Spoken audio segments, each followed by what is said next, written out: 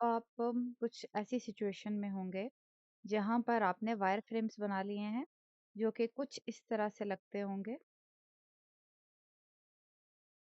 या फिर आपने स्केचिंग कर ली है अपने पूरे फ्लो की, जिसमें आपको पता है कि य- एक स्क्रीन पे से दूसरी स्क्रीन पे जाने के लिए कहाँ क्लिक करना होगा या किस तरह से जाएंगे, और वह पूरा फ्लो कहाँ पे कंक्लूड होगा। या फिर आप किसी ऐसी वजह से आए हैं जहाँ पे आपको पता है कि मुझे कौन-कौन से कंपोनेंट्स चाहिए। जैसे कि चेकलिस्ट डॉट डिज़ाइन ने कुछ आइटम्स यहाँ पे बनाए हुए हैं, and if you have some experience तो आपको आइडिया होगा कि बटन्स हर उसमें यूज़ होते हैं। उसके अलावा check boxes, input fields, loading states, तो ये सारी चीज़ें यूज़ होती हैं। ये स्केचिंग या वायरफ्रेम के ज़रिए आपको आइडिया हो गया है कि ये आपको चाहिए। तो आप तब कंपोनेंट्स बनाएँगे। और तीसरी चीज़ ये है फॉर दिस पर्टिकुलर वीडियो कि आपने यहाँ पे साइड पे स्टाइल्स सेव किए हुए हैं कलर्स के। आप कोई भी कलर अप्लाई कर सकते हो, वो कोई मसला नहीं है। लेकिन यहाँ पे हम यहाँ पे यूज़ करेंगे। अगर आपने नहीं किया तो वो पिछली वीडियोज़ में से जाके अपना स्टाइल क्रिएट करें यहाँ पे कलर्स के लिए, और हो सके तो टाइपोग्राफी के लिए भी कम से कम। ये 2 चीज़ें हमें चाहिए। और उसके अलावा वैसे इस पर्टिकुलर वीडियो में हम इफ़ेक्ट्स की तरफ भी जा सकते हैं, और कुछ ग्रिड्स को भी यूज़ करेंगे। तो यहाँ पे कुछ स्टाइल्स हमने ऑलरेडी सेव किए हुए हैं। तो अब कंपोनेंट्स हैं क्या? तो कंपोनेंट्स जो हैं वो रीयूजेबल डिज़ाइन एलिमेंट्स हैं। अ, कोई भी चीज़, लिटरली कोई भी चीज़ हो सकती है। तो ये एक छोटा-सा आइकन मैं यहाँ पे लेकर आई हूँ। ये इतना सा आइकन अगर मुझे पता है कि ये बार-बार यूज़ होगा, और उसको मैं कंपोनेंट बना सकती हूँ। इट्स जस्ट अ फ्रेम, आप देख सकते हैं। और फ्रेम के अंदर एक वेक्टर है जो कि ये शेप बनी हुई है। उसके बाद it can be anything big, जैसे कि इस लिस्ट के ऊपर आप देखें तो ये कार्ड कह रहा है, and card can be any shape. Toast कह रहा है, टोस्ट के अंदर बटन्स हो सकते हैं जो एक और तरह के कंपोनेंट्स हैं। और क्रॉस बटन हो सकता है जो एक अलग कंपोनेंट होगा। सो यू कैन सी कि कंपोनेंट कोई भी ऐसी चीज़ है जो बार बार यूज होनी है। अब बनाने के लिए जब हम जाते हैं तो सबसे पहले हम आइकन से शुरू करते हैं। तो आइकन में ना हमारे पास यहाँ पे सॉरी, जब हमने बनाना होता है किसी भी फ्रेम को या फिर किसी भी एलिमेंट को, actually it can be even rectangle, कोई भी चीज़ आप सिलेक्ट करो, लेयर आप सिलेक्ट करो, तो वो जब यहाँ पे देखोगे तो यहाँ पे नजर आएगा क्रिएट कंपोनेंट का ऑप्शन। शॉर्टकट है इसका कंट्रोल आल्ट के, या फिर आप करोगे राइट क्लिक तो यहाँ से क्रिएट कंपोनेंट का ऑप्शन आएगा। दोनों में से किसी पे भी क्लिक करो तो इस डायमंड पे जैसे ही मैंने क्लिक किया तो ये मेरे पास आइकन बन गया है। जैसे ही हमने ये कंपोनेंट बनाया, यहाँ पर इसकी जो चीज़ है वो बदल गई है। इस पे हवर करो तो ये मुझे बता रहा है कंपोनेंट है, बाकी किसी पे करोगे तो वो बताएगा वो रेक्टेंगल है, ऑटो लेआउट है। तो जब ये कंपोनेंट है इसके ये, तो यहाँ पे आपको डायमंड नजर आएंगे। ये मैंने अपना व्यू ज़ूम किया है आपको दिखाने के लिए कि ये डायमंड किस तरह से नज़र आ रहा है, और यहाँ पे भी ये डायमंड इस तरह से नज़र आ रहा है। जब मैं इसको अब मैंने इसको यूज़ कैसे करना है, तो कंपोनेंट को खुद से कहीं भी डायरेक्टली यूज़ नहीं करना आपने। इसकी एक बनानी है कॉपी, तो कॉपी के लिए कंट्रोल डी से मैं बना रही हूँ। और ये जो दूसरा एलिमेंट है, इसको उठा के मेन कंपोनेंट को मैं साइड पे रख रही हूँ, और दूसरा कंपोनेंट जिसके गिर्द ये पर्पल आउटलाइन है, आप देखेंगे पर्पल आउटलाइन इसकी ये डेफिनेशन है कि एक किस्म की के ये हाईलाइट कर रही है कि ये कंपोनेंट है। तो इसका जो हमारे पास ये है ना, ये यूज करेंगे हम। और इसको क्या कहते हैं, इंस्टेंस, इसको कहते हैं इंस्टेंस। उसके अलावा अब हर दफा तो हमारा कंपोनेंट साइड पे नहीं पड़ा हुआ होगा, तो हमारे पास यहाँ पे एसेट्स की टैब है, वहां पे जाते हैं। और यहाँ पे इस फाइल के अंदर अभी मैंने दो अटैच की हुई है लाइब्रेरीज, आपको डायरेक्टली ये नजर आएगी कुछ इस तरह से। तो मुख्तलिफ फाइल की पेजेस हैं ये, जिसके अंदर मैंने जहाँ जहाँ कंपोनेंट्स बनाए हुए हैं वहाँ वहाँ पे ये मुझे दिखा रहा है। ये मेरा वो पेज है जिसके अंदर कंपोनेंट्स मैंने ढूंढने हैं, तो ये इसके इस पेज के अंदर पड़े हुए सारे कंपोनेंट्स वो दिखाएगा। और जब मैं यहाँ से इसको ड्रैग करके यहाँ लेकर आऊंगी तो ये क्या है, ये उसका इंस्टेंस ले आएगा। अच्छा, उसके अलावा आप यहाँ पे सर्च भी कर सकते हो। अब जैसे मुझे पता है इसका नाम सेटिंग है, तो यहाँ पे मैं सेटिंग्स लिख रही हूँ। तो मुझे थोड़ी देर की लोड करके ये मुझे यहाँ पे बताएगा कि ये तुम्हारे आइकन्स है। ये कुछ और आइकन्स भी यहाँ पे पड़े हुए हैं, इस वजह से मेरे मैं कैसे पहचानूंगी मेरा वाला अभी वाला जो मैं ढूंढ रही हूँ वो कौन सा है। एक बात तो ये है कि ये मुझे कंपोनेंट जो दिखा रहा है उसके नीचे उसका नाम लिखा हुआ है सेटिंग्स आउटलाइन, और ये नीचे लिखा हुआ है कि ये डिजाइन चैलेंजेस की फाइल में से है। मेरी इस फाइल का नाम फिग्मा है। तो यहाँ पे फिग्मा वाली फाइल वाला, और प्लस इसका कलर देखें ये वाइट है, और ये वाइट कलर का आइकन है। मैं इसे ऐसे ड्रैग एंड ड्रॉप करके उठा के यहाँ रख लूंगी। अगर मैं यहाँ क्लिक करूँ तो ये मुझे कह रहा है कि अगर आप पब्लिश करते वक्त इसे छुपाना चाहते हो तो आप इसको क्लिक कर लो। अभी हम पब्लिशिंग की तरफ नहीं जा रहे, उस पर बाद में सेपरेट वीडियो बनाएंगे। लेकिन अगर आपको पता है ये क्या है कि दूसरी फाइल में जब शेयर करते हैं तो यहाँ पे इसको हाइड करना चाहो तो आप हाइड कर लो। मेन कंपोनेंट में ढूंढना चाहो, मतलब आपको नहीं पता ये कहाँ पड़ा है, for example I don't remember अब ये कहाँ बनाए थे और क्यों बनाए थे मैंने, तो यहाँ से जाके मेन कंपोनेंट पे क्लिक करो तो ये मुझे कहता है कि ये लो यहाँ पर पड़ा है। तो फॉर एग्जांपल मैं कहीं भी हूँ तो मुझे ये गो टू मेन कंपोनेंट करूँगी। हम्म, ये इसने हाईलाइट कर दिया है इसी पेज के अंदर, इसलिए स्क्रॉल नहीं कर रहा, लेकिन अदरवाइज आपको यहाँ ले आएगा कुछ इस तरह से। फॉर एग्जांपल मैं इस पेज पे हूँ, एसेट्स में जा रही हूँ और यहाँ लिख रही हूँ सेटिंग्स। यहाँ से मैं कह रही हूँ वो मेन कंपोनेंट पे ले जाओ, तो ये हम आ गए। उसके बाद तीसरा ऑप्शन है मेरे पास व्यू डिटेल्स। जब मैं डिटेल्स देखूंगी तो ये मुझे दिखा रहा है कि ये कंपोनेंट है, और यहाँ पे अगर आपने इंस्टेंस जो सा है लेकर आना है तो यहाँ क्लिक करो, तो ये मैं जहाँ पे भी आपने क्लिक किया हुआ है उसके बाद प्लेस कर देगा इसको। एक्स कंट्रोल से यहाँ पे फिल्टर्स भी हैं, अगर आपने एक से ज़्यादा अटैच की हुई है फाइल्स, जो कि मैंने की हुई है जैसे, उसमें आप अप्लाई कर सकते हो कि मैं सिर्फ ये देखना चाहती हूँ कि इस फाइल वाला को दिखाओ, तो ये मुझे इस फाइल में सिर्फ अभी एक ही कंपोनेंट है ये बना हुआ दिखा रहा है। फिर वो आपको कहेगा कि आप इसका व्यू बदल लो, आप लिस्ट व्यू देखना चाहो तो आप लिस्ट व्यू में कर लो। मुझे ग्रिड व्यू पसंद है, मैं ग्रिड व्यू में रखनी हूँ। और ये हम यहाँ पे आ गए। अभी मैं कंपोनेंट बेसिक इस पेज में हूँ, कंपोनेंट्स बेसिक्स। अच्छा, अब ये बहुत ज़्यादा से ले आई हूँ मैं, तो अभी दो को इनविजिबल साइड पे कर रही हूँ, तो रिड्यूस द क्राउड। अब फायदा क्या है मेरे पास कि ये जो इंस्टेंस होते हैं ये हमारे पास कनेक्टेड होते हैं हमारे मेन आइकन से। अब वो किस तरह कनेक्टेड होते हैं कि आप ये देखो कि ये मेरे पास फ्रेम है, और ये ग्रे 50 कलर का आइकन है। यहाँ से मैंने अपनी कलर पैलेट लगाई है। Eight any point I need के टू अपडेट इट, कि मैं कहती हूँ कि ये मेरा आइकन येलो होना चाहिए, तो इसके इंस्टेंस के ऊपर वही सारी चेंजेस अप्लाई हो जाती हैं। और इसका now think about it in this scenario कि आपने ये बहुत से बनाए हुए हैं स्क्रीन्स, और इसमें at any point you are in a situation जहाँ पे आपने ये अपग्रेड अकाउंट का जो आइकन है इसको येलो या रेड करना है।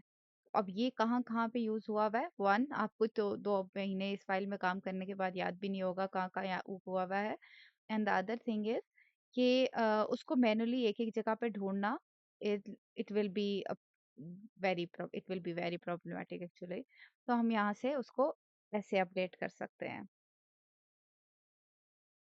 तो अब हम क्या क्या कर सकते हैं अपने इंस्टेंस के साथ। इंस्टेंस का मतलब है जो हमारा प्राइमरी कंपोनेंट नहीं है, तो हम इसके ऊपर बहुत कुछ कर सकते हैं। मैं इसको ओवरराइड कर सकती हूँ, मैं कहती हूँ तुम वाइट ही रहो, तो वो कोई मसला नहीं है। इसको अब मैं कहीं भी यूज़ करूँगी तो ये वाइट होके रहिएगा। और अगर आपने कोई इसकी साइज़ में देखो, इसकी साइज़ में मैं बड़ा कर सकती हूँ। यहाँ से मैं 48 कर रही हूँ इसको। उसके अलावा मैं कहती हूँ कि तुम्हारे पीछे एक फिल भी होनी चाहिए जो कि इस कलर की हो, इस तरह। तो इसमें आप मुख्तलिफ किस्म की चेंजेस कर सकते हो। अगर इसके अंदर टेक्स्ट ऐड किया हुआ है तो उसके टेक्स्ट भी अपडेट कर सकते हो इंस्टेंस के अंदर।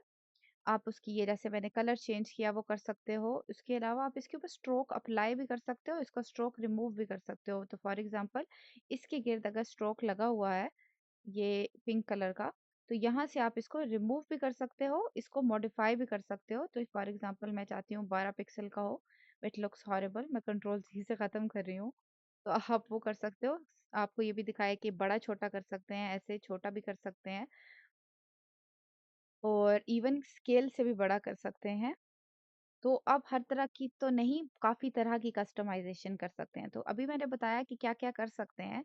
अब देखते हैं कि क्या-क्या नहीं कर सकते। तो आप देखेंगे कि इस आइकन के अंदर ये प्लेस कहाँ हुआ हुआ है, यहाँ से 2-2 पिक्सल और सम पिक्सल दूर।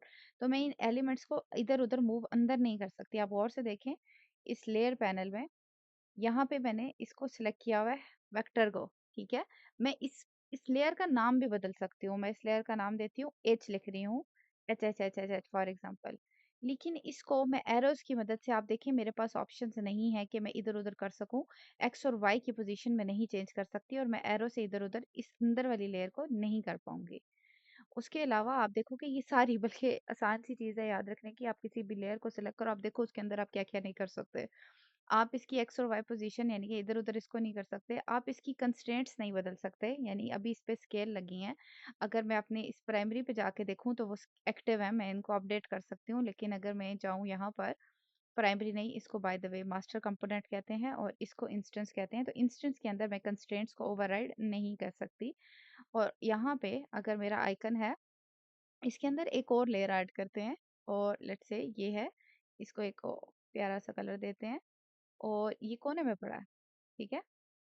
तो ये जो है, इनकी पोज़ीशन में चेंज भी नहीं कर सकती कि तुम इस साइड पे आ जाओ, तुम इस साइड पे आ जाओ for any, even auto layout लगाया हुआ हो तब भी नहीं कर सकती।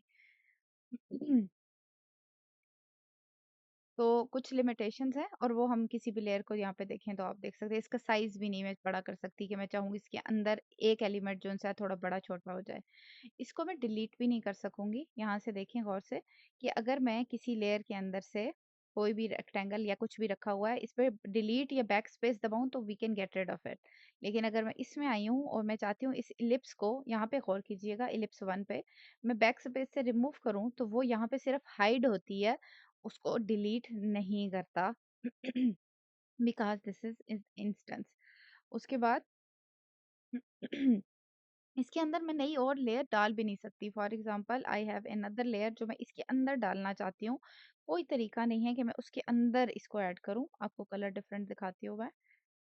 ये देखो, और ये मैं इसके अंदर नहीं ऐड कर पा रही। अगर मैं इसके अंदर कलर एक्टिवेट करूँ तो ये देखिए ये इस लेयर के अंदर नहीं जा पा रहा। तो हम इसके अंदर कुछ ऐड या रिमूव भी नहीं कर सकते।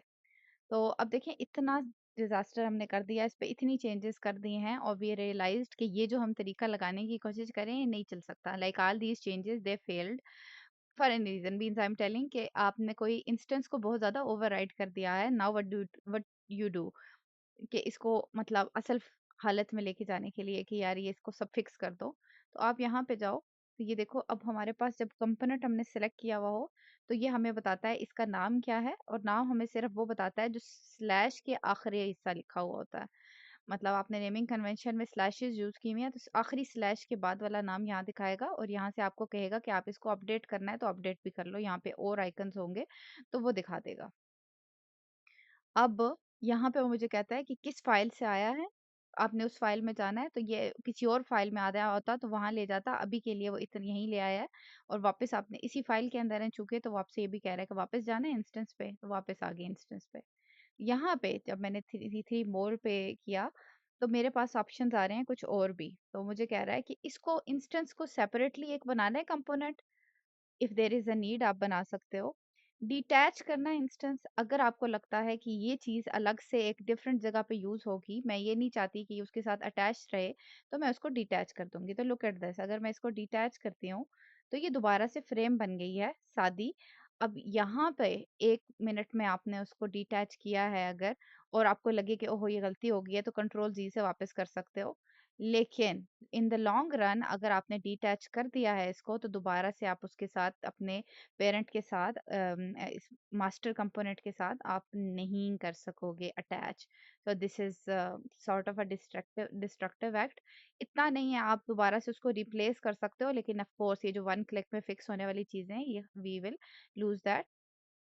तो यहाँ से मैंने इसको हटा दिया, एक और कॉपी बना रही हूँ मैं। What else we can do, इसको रीसेट कर सकते हो। तो ये देखो, आप इसको पूरा का पूरा रीसेट कर दो, ये अपनी असल स्टेट में चला गया है जो कि बिल्कुल ऐसा है। जितनी भी चेंजेस वो साइज की या कुछ भी आपने लगाई हैं, for example look at this, मैं इसको रीसेट करती हूँ तो ये अपनी असल हालत में चला गया है। I am getting rid of this.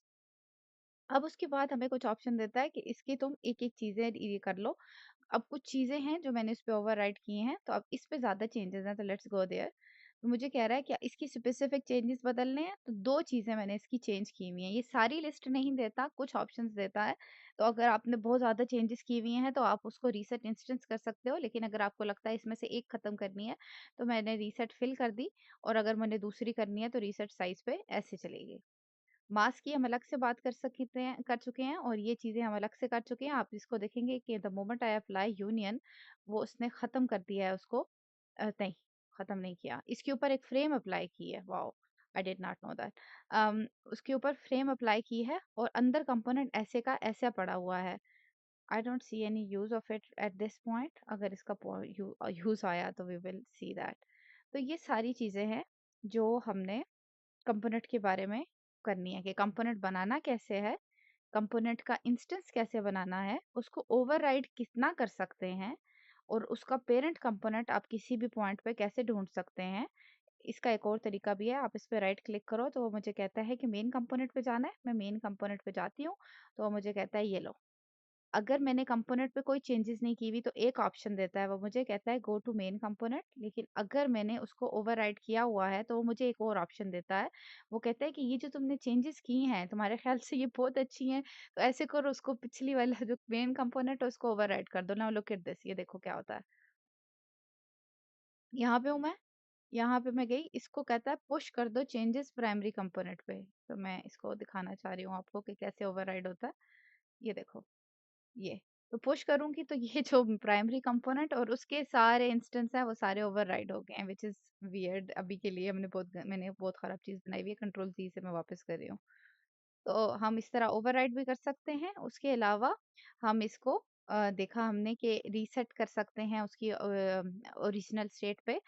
Changes करने के बाद हम उसको डिटैच कर सकते हैं एट एनी पॉइंट, और क्या-क्या चीज़ें ओवरराइड कर सकते हैं ये पता है। अब हम करते हैं एक बहुत ही इंटरेस्टिंग चीज़ जो सारे शुरू-शुरू में करते हैं, कि ये मैंने लगा लिया है एक दफ़ा, ये मुझे चाहिए, ये तीनों तो चलो खराब है, ये भी खराब है।